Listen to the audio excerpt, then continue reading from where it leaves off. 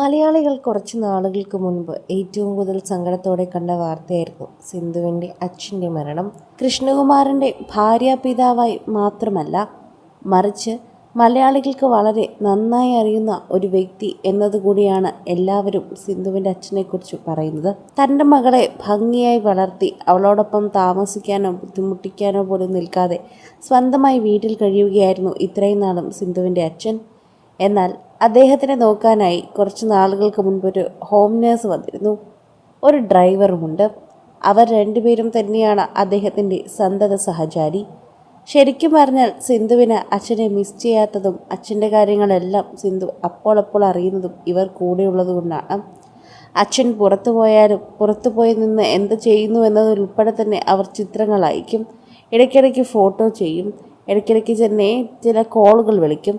അങ്ങനെയായിരുന്നു സിന്ധുവിൻ്റെ അച്ഛനെ ഇവർ നോക്കിയിരുന്നത്. അത്ര ഭംഗിയായിട്ടാണ് അവരതെല്ലാം കൈകാര്യം ചെയ്തിരുന്നത്. അതുകൊണ്ട് തന്നെയാണ് എല്ലാവരും ഇപ്പോൾ സിന്ധുവിൻ്റെ അച്ഛനെക്കുറിച്ചും സംസാരിക്കുന്നത്. പ്രേക്ഷകർ വളരെയധികം സ്നേഹത്തോടെയാണ് ഈ ഒരു വാർത്തയെക്കുറിച്ച് പ്രതികരിക്കുന്നത്. നിലവിൽ ഇപ്പോൾ എല്ലാവരും ഈ വാർത്ത ഏറ്റെടുക്കുന്നത് കണ്ടപ്പോഴാണ് പ്രേക്ഷകരുടെ പ്രീതി മനസ്സിലായത്.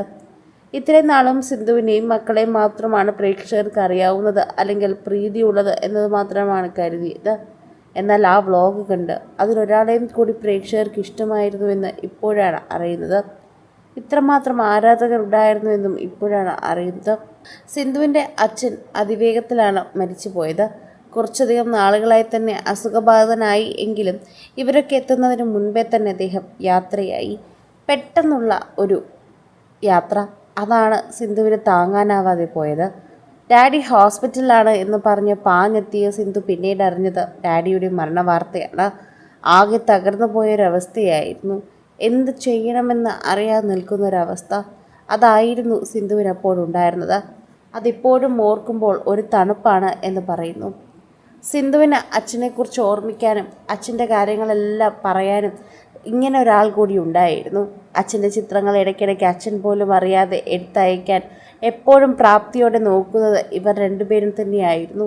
ആദി എന്നാണ് ഈ ചെറുപ്പക്കാരൻ്റെ പേര്. ഈ ചെറുപ്പക്കാരൻ ഇപ്പോൾ അദ്ദേഹത്തിൻ്റെ കോളേജിലേക്ക് തിരികെ പോവുകയാണ്. പഠന ആവശ്യത്തിന് തന്നെയാണ് അദ്ദേഹം നിന്നത്. അതുകൊണ്ട് തന്നെ സിന്ധു ആവശ്യത്തിലധികം അദ്ദേഹത്തെ സഹായിച്ചിട്ടുണ്ട്. പഠിക്കാൻ നല്ല താല്പര്യമുള്ളൊരു കുട്ടിയാണ് ആദി. അതുകൊണ്ട് തന്നെ അദ്ദേഹത്തിന് പഠിക്കാനുള്ള എല്ലാ കാര്യങ്ങളും ഞങ്ങൾ ചെയ്തു കൊടുക്കുമെന്നും സിന്ധു പറഞ്ഞിട്ടുണ്ടായിരുന്നു. അതുപോലെ തന്നെ സിന്ധു അച്ഛൻ്റെ ഡ്രൈവറോടൊപ്പം സംസാരിച്ചു. എല്ലാവർക്കും അത് കാണുമ്പോൾ തന്നെയാണ് വളരെയധികം സ്നേഹം. ഒരിക്കലും നമുക്ക് മറക്കാനാകില്ല. നമ്മുടെ അച്ഛനാണ്, അത് സമ്മതിച്ചു. പക്ഷേ അദ്ദേഹത്തിനോടൊപ്പം നിന്നവരെ കൂടി മറക്കാതെ ഇങ്ങനെ കൂടെ കൊണ്ട് നടക്കുന്നത് വളരെയധികം സ്നേഹമുള്ള കാര്യമാണെന്നും അതെന്തുമാത്രം സ്നേഹത്തോടെയാണ് നിൽക്കുന്നതെന്ന് ഞങ്ങൾക്ക് മനസ്സിലാകുന്നുണ്ടെന്നും സിന്ധുവിന് പിന്തുണയുമായി നിരവധി പേർ കമൻറ്റിൽ എത്തുന്നുണ്ട്. കൂടുതൽ സിനിമ, സീരിയൽ, ചാനൽ വാർത്തകൾക്കും നിങ്ങളുടെ പ്രിയപ്പെട്ട താരങ്ങളുടെ എക്സ്ക്ലൂസീവ് അഭിമുഖങ്ങൾക്കുമായി സബ്സ്ക്രൈബ് ചെയ്യാൻ മറക്കല്ലേ.